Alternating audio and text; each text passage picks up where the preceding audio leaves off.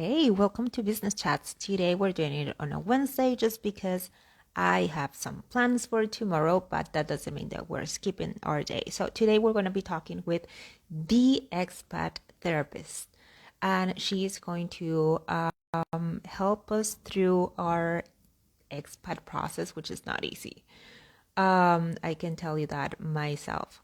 She knows a lot about handling. Actually have to do this face to face, but at some point in the future, we will probably do it anyway. I'm trying to let you into the live, but I cannot. As usual, Instagram just won't let me accept you on the live. I don't know what's happening. It's so annoying.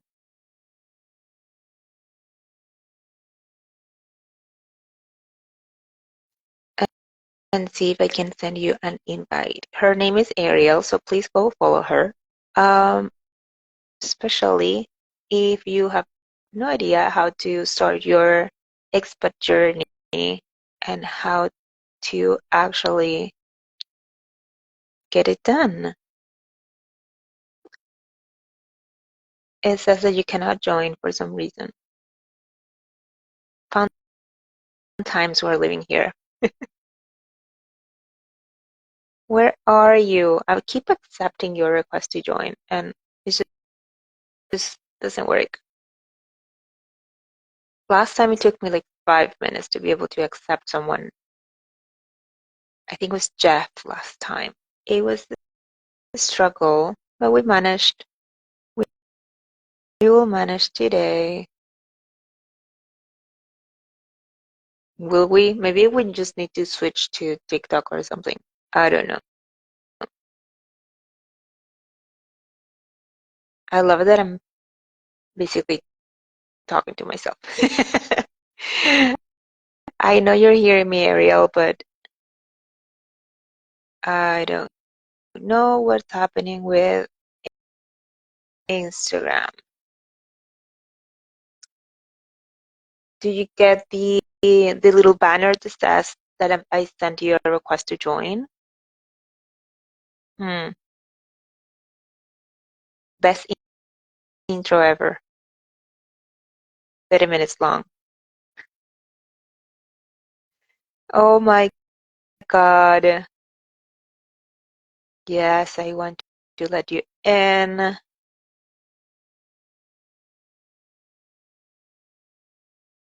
I know. I'm just going to try to break down the what is it that you called it? The worksheet, no, the work something for people to become an expat. My plan, my no, what did I call it? My plan, my process, my blueprint. That's the word. My blueprint to becoming an expat. But I don't know if a successful one. That's to be remains to be seen. But listen, I keep accepting you, and it doesn't let me. I'm gonna cancel and invite you again.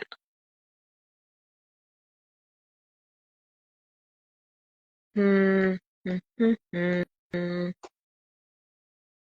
Blueprint. Yeah, that's the word.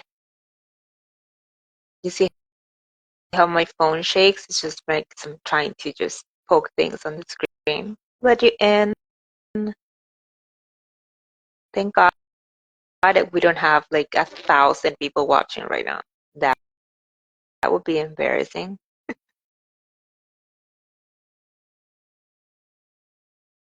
Honestly, I don't know what's wrong with this. Should we try on TikTok and just repost the video here? Hmm,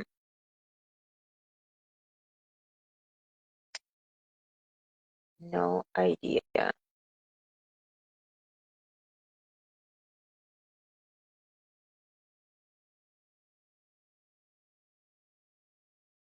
gonna just make faces until Instagram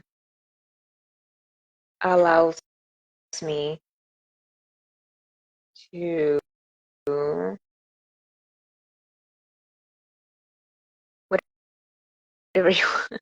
Honestly, I don't get it. Okay, let's try on TikTok. Did,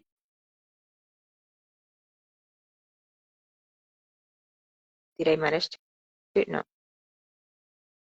I'm going to. It doesn't give me the option to decline it actually, just the option to accept. Yay! Yes, finally. Oh my It God, worked. this is so annoying. How, how are I'm you? good. Welcome to the struggle that is business chats. Apparently. I know, we gotta figure this out. It's just freaking thing hates me. I don't know what's happening, but anyway, welcome. I'm so happy that you're here. Thanks for having me. Super excited. I haven't seen you in so It's long. been forever. We just met this morning. We had coffee, For so like that's why 4 I'm saying hours. that. No big deal. We're like, yeah, just we were going to co-work and we didn't. We just hang out for 4 hours this Didn't morning. touch the computer at all.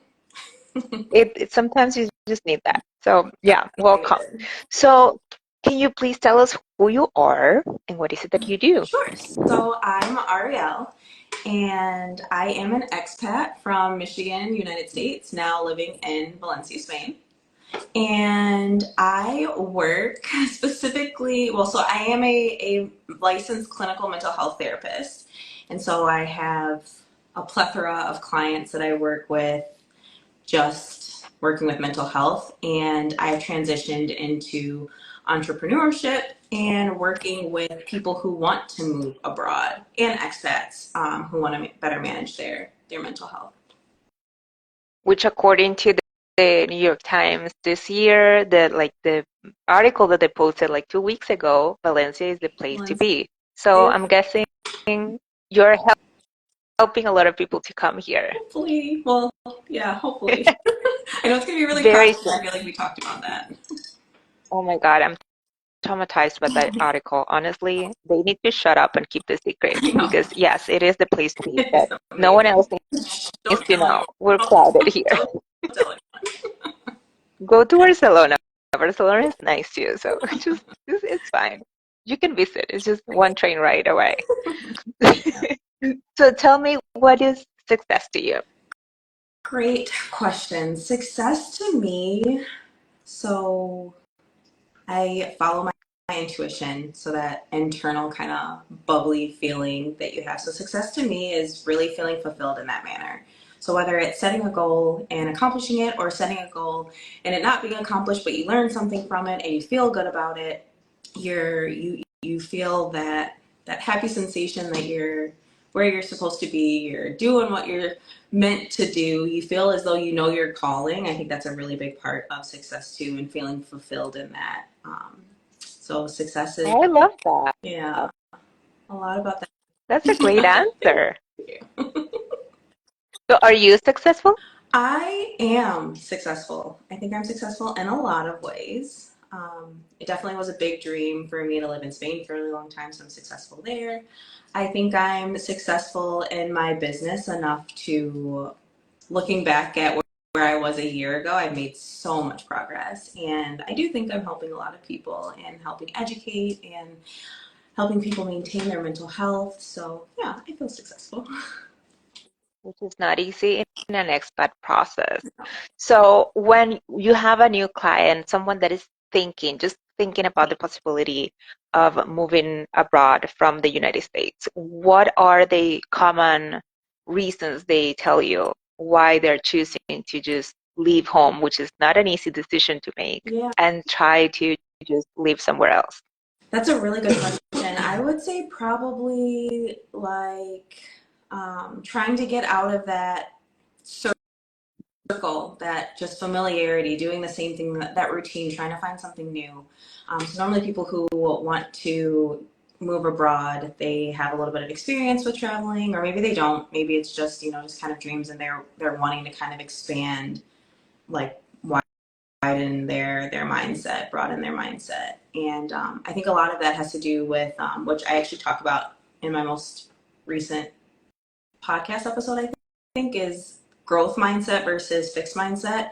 Most people who are ready to take that step abroad have a growth mindset. And so that looks like really being ready to embrace challenges and accept that the unknown is scary, but also has the potential to be really fulfilling and successful for you. Being able to not take every no that you receive personal, being able to be flexible and adaptable. So they're really ready to take this next step to better their lives in a Hmm. way that they feel as though they can't do so in their hometown. Yeah, for sure. And speaking of challenges, which when you move abroad, you have a lot. Which ones do you think that people think they're prepared for, but they are not really prepared for when they actually jump on a plane and get somewhere new? Yeah, that's a great question too. I would say probably culture shock. I think that's one. I think a lot of Hmm. people feel like honeymoon stage is like where they'll be for forever, and then when the frustration stage comes, they're like, "Oh my God, what is this? Why do I feel this way?" Um, that's a huge one. And then I would Totally. probably also maybe just say like cultural adjustments. You are constantly going to be learning new things about your new culture, and sometimes it's exciting and exhilarating, and sometimes it's frightening.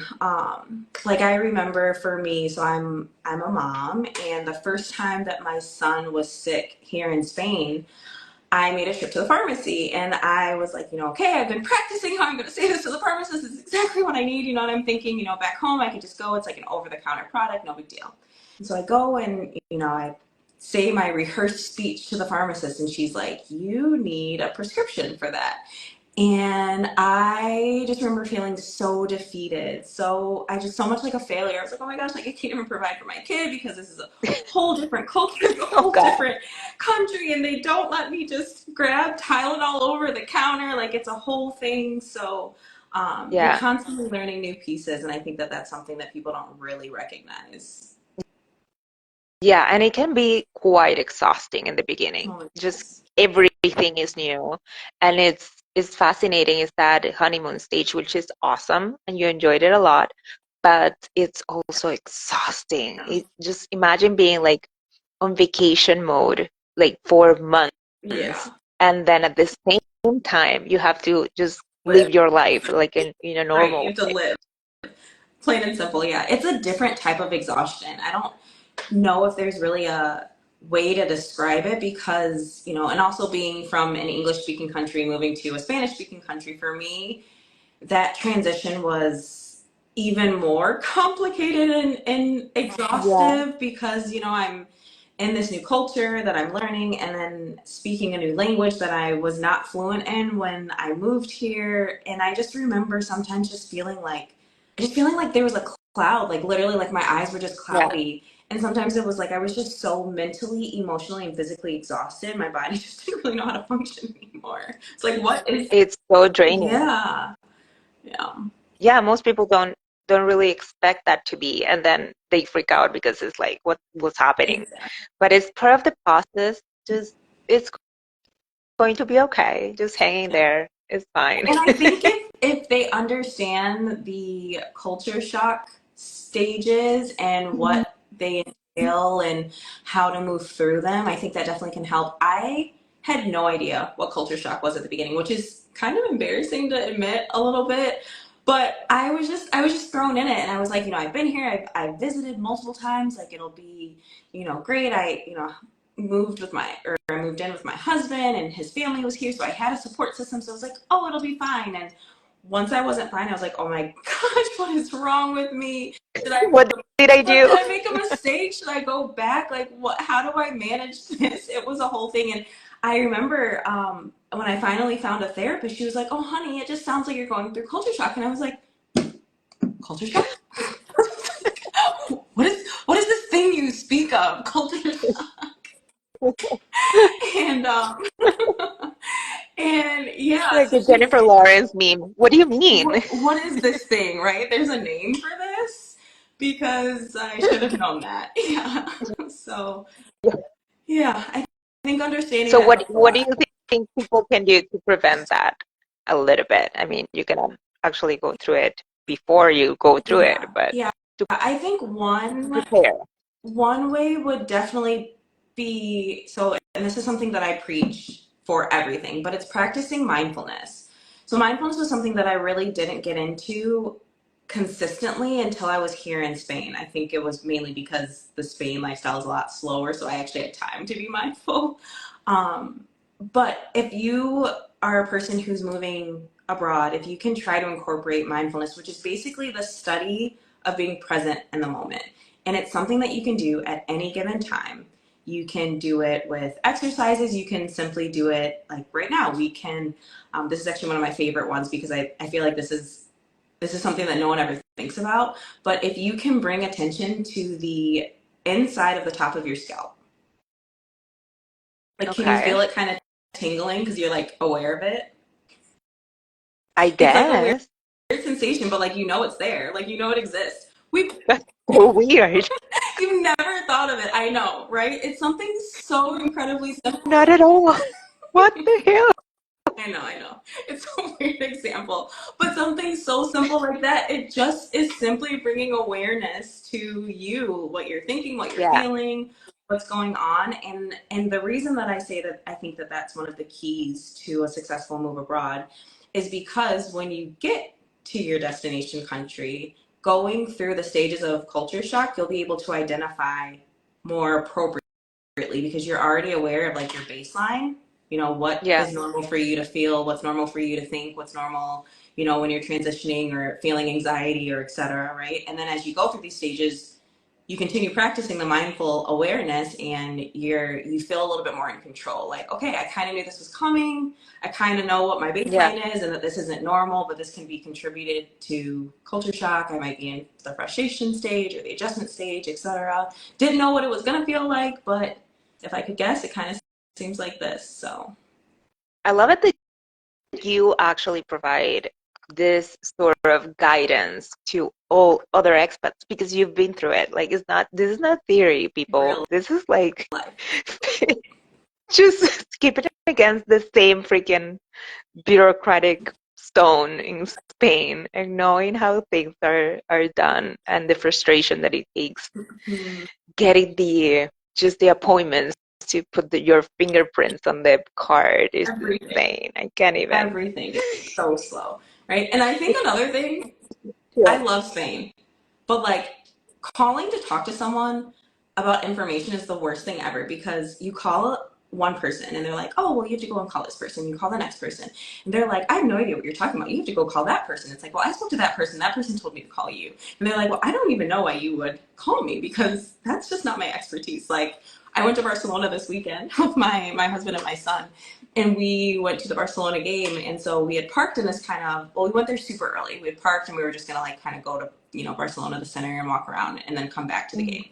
And when we were coming down from wherever we parked, there was like, like the parking type people. So they're kind of there to guide people, say, oh, you can't park here or this or da da da da.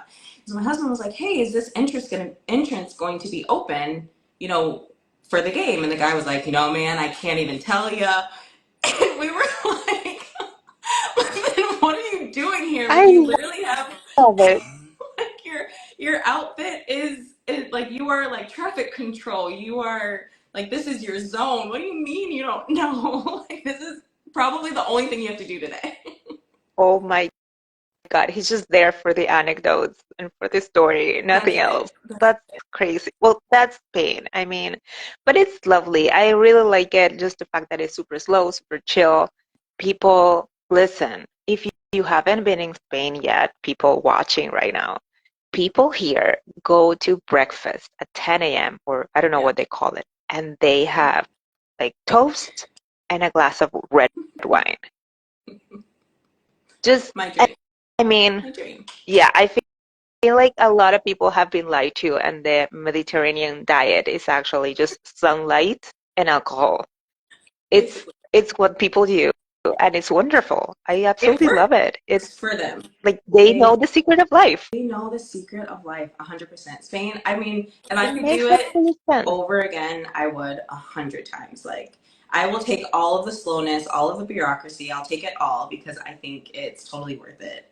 All of it. What would you say to the version of you that was like 2 years before you came Ooh, to Spain or before you decided to come? You were sort of playing with the idea about moving that abroad. is an intense question. I was in a total different place. Well, you know me. Yeah, yeah. No, that was a good one. Okay. I told you I'd be ready for anything you gave me, so. Um, what would I tell myself? I would probably tell myself to, um, I would probably tell myself to start working on some of my mental health struggles and to give Hmm. myself grace, to allow myself to be forgiven for things, um, and to be ready for the unexpected because moving abroad is Oh my God, yes. nothing that you, I mean, I remember thinking exactly how I was going to plan my move out.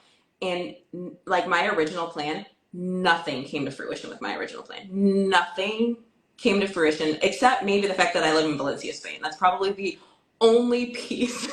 And that, even at the beginning, it was like 50-50 Valencia and Malaga. So that one wasn't even like Oh my set in God. stone. So, Honestly, yeah. I mean, everything, the only reason why you actually make plans is just to deal with your anxiety at the moment, because then everything changes, and you just have to be able to adapt to I, to that survive. is, And if you don't want to adapt, just make peace with the fact that you yeah, can go back in some exactly.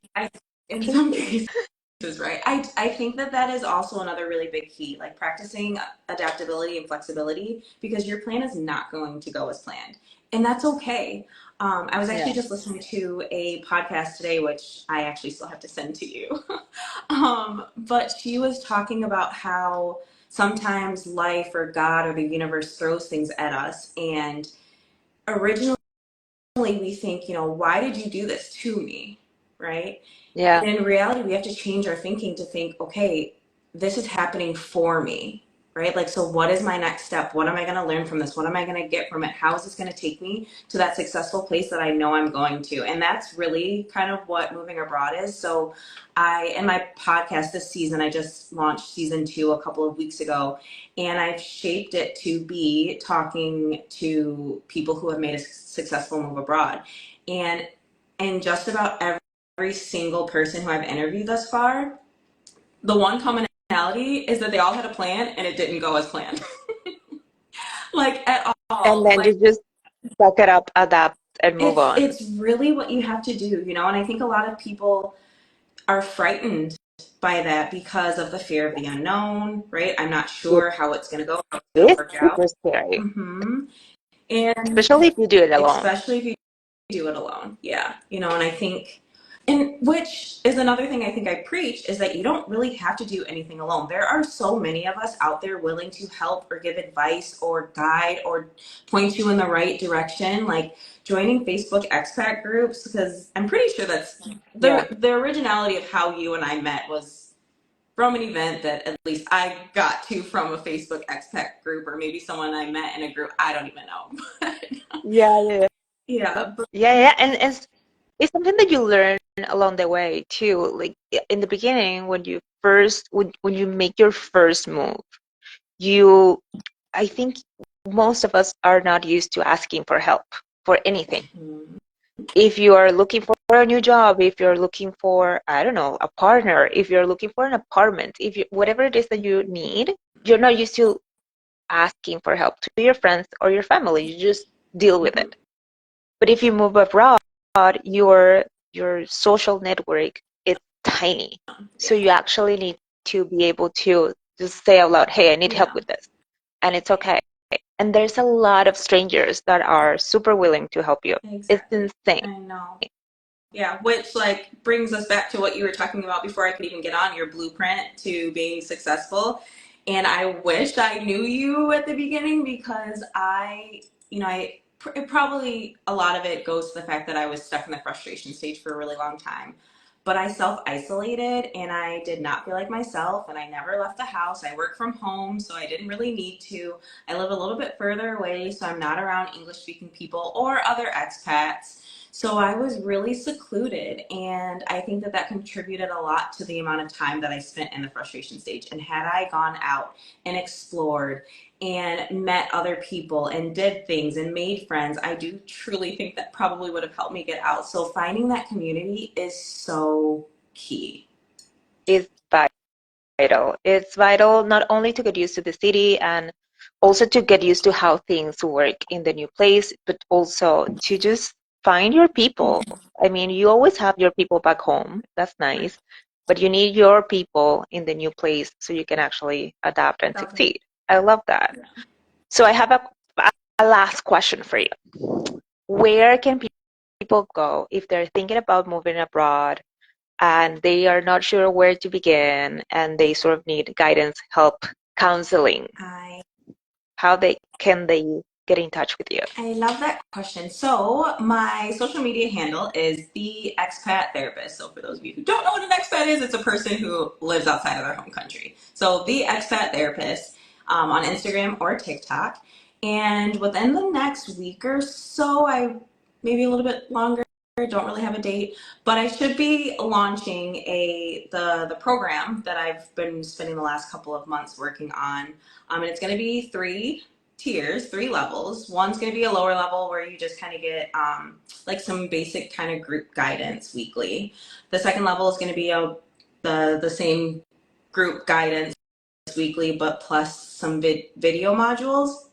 And then the Hmm. third tier is going to be more advanced, where you will get a lot more guidance, almost like a let your been there, done that clinical therapist expat guide walk you through this move by holding your hand. Listen, I wish I had you when I moved I abroad. wish I had me. And I think that that's why this program is so awesome and special, is because this is exactly what I would have needed before I made my move. Like if this, and I remember looking for Yeah, something like this and I found things, but this like it's hand not the guided, whole thing. yeah, exactly. Having it all kind of in one cool place, like, you're going to have access to a community. You're going to have Mm. access to other people who are also doing the same thing, other people who have already moved abroad.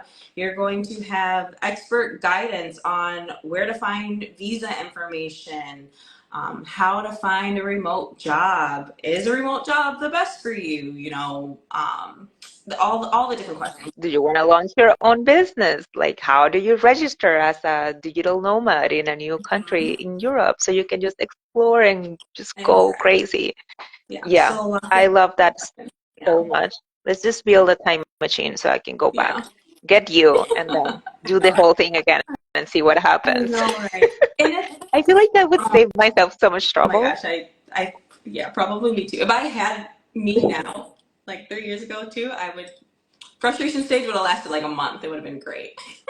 Oh my God, it would be amazing. Well, anyway, thank you so much for joining me today. I hope to see you soon. Well, actually, we're meeting tomorrow, but I hope. I'll be there. I'll be there. See you tomorrow, babe. Alrighty. Bye. Have a great night. Bye.